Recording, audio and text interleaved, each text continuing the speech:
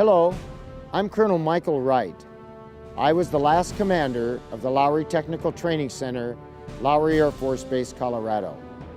Since 1938, Lowry Field has been an important landmark in Denver and a major contributor to our nation's defense. It began as an Army Air Force technical school that became a major training center during World War II, the Korean War, and the Vietnam War. Over its 57 years, Lowry was on the cutting edge of air and space technology.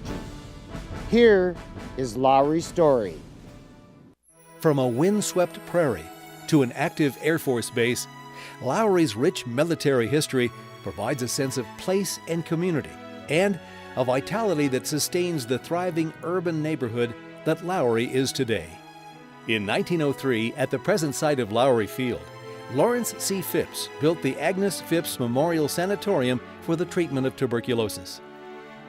In 1924, the Colorado National Guard named the airport at 38th Avenue and Dahlia Street Lowry Field in honor of Lieutenant Francis B. Lowry, a Denver resident killed in 1918 in France while serving as an artillery observer and aerial photographer for the Army Air Service.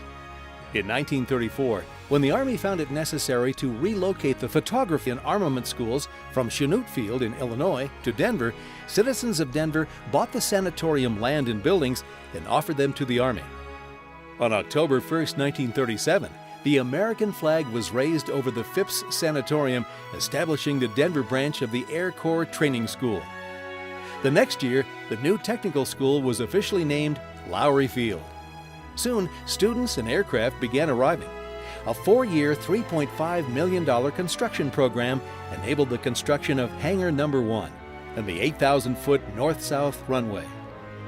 The new Lowry Field continued to grow from 1,400 personnel in December 1939 to 8,000 in June 1941. As the international situation deteriorated, the number of classes increased significantly, all in preparation for the challenges to come in the World War II years. The base began to meet the challenges of war with a significant increase in base manpower, both civilian and military, eventually reaching in excess of 20,000 persons. The Brick Barracks, the largest building and focal point of the base, grew from 850 residents at the beginning of the war to 3,600 by 1943. During World War II, training production rose to 55,000 service men and women annually. The training command adopted a 7-day-a-week schedule with 3 8-hour shifts daily. Lowry trained personnel from many Allied countries, including Great Britain, France, and China. In 1942, construction of Lowry II began on the northeast part of the base. This phase involved a chapel, theater, mess hall, living quarters, and a service club. The photography school specialized in aerial photographic laboratory work, camera repair, cinematography, and production of training and orientation films for the Air Corps. Graduates went to war to take pictures from the air, much like Lieutenant Lowry did in World War I.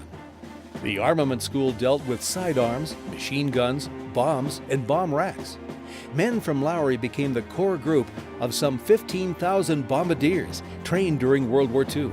As training intensified, the crews needed to practice bombing runs, so more land to the east around what is now the Aurora Reservoir was acquired, becoming the Lowry Bombing Range. The Lowry curriculum changed as technology evolved. When remote control gun turrets were developed, Lowry became the only school to teach repair and maintenance of such turrets. Lowry Air Force Base also served as an important base for varied flight operations for many years.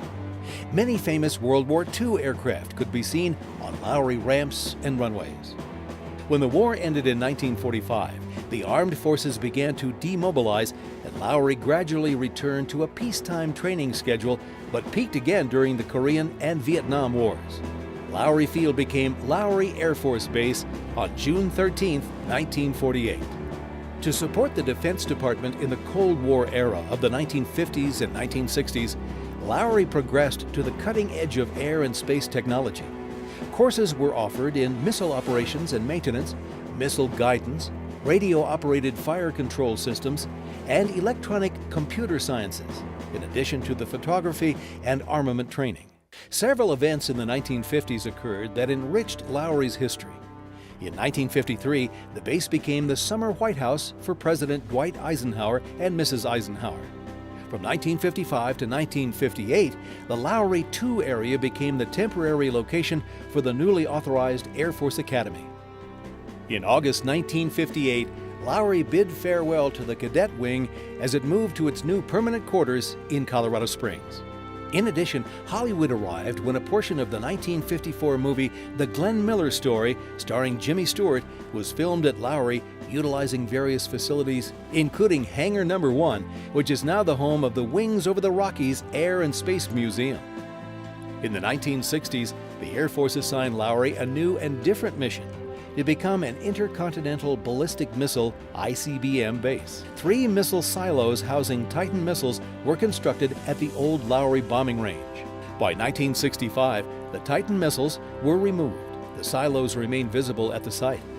The Vietnam War led to implementation at Lowry of aerial nuclear weapons training, advanced aerial missile operations and maintenance, and guided bomb technology. Due to increasing air traffic at neighboring Stapleton Airport and close-by residential development, there were safety concerns. There had been some crashes in residential areas surrounding Lowry. Economic considerations and runway operational requirements led to Lowry ceasing transient jet traffic on June 1, 1960. All flying ended on June 30, 1966. By the 1980s, Lowry training began on various air-launched guided missiles and on space operations with Buckley Field as a training annex.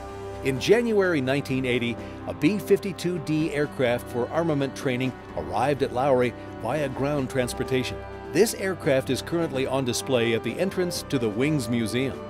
Despite Lowry's stellar contribution to the Air Force readiness in so many specialties, a 1991 government commission on base realignment and closure recommended the base be closed. Its report cited consolidation savings, lack of active runways, and the base's high resale potential. Over 1 million servicemen and women served at Lowry Air Force Base. On September 30, 1994, the American flag came down in front of the Lowry headquarters building, ending 57 years of training excellence. The closing of Lowry caused apprehension for the future of the surrounding neighborhoods and the loss of millions of dollars the base contributed to the local economy each year. However, political and business leaders from Denver and Aurora cooperated to formulate a plan to build a vibrant, mixed-use community that embraced Lowry's unique history. The redevelopment of Lowry Air Force Base serves as a model for other base closures throughout the U.S. Building 251, Commander's House, the only remaining building from the original Phipps Sanatorium, is the white Spanish-style private residence on the south side of 6th Avenue, just east of Quebec Street. Building 27, Chapel No. 1. Today, it is owned and maintained by the Lowry Foundation and is on the National Register of Historic Places. Building 402, Hangar 2, now houses a number of businesses and restaurants. Building 349, originally the Brick Barracks. This building later became the Air Force Base Headquarters. Today, the Grand Lowry Lofts has less than 200 apartments there. Building 380, Photo School, today houses medical offices. Building 1499 is now Big Bear Ice Arena. Building 1433, Tech Training Labs, is now Match Buff High School. Lowry has come a long way since 1937. Over all the years, Lowry still contributes buildings, businesses, and schools that contribute jobs, homes, and historical sites to Metro Denver.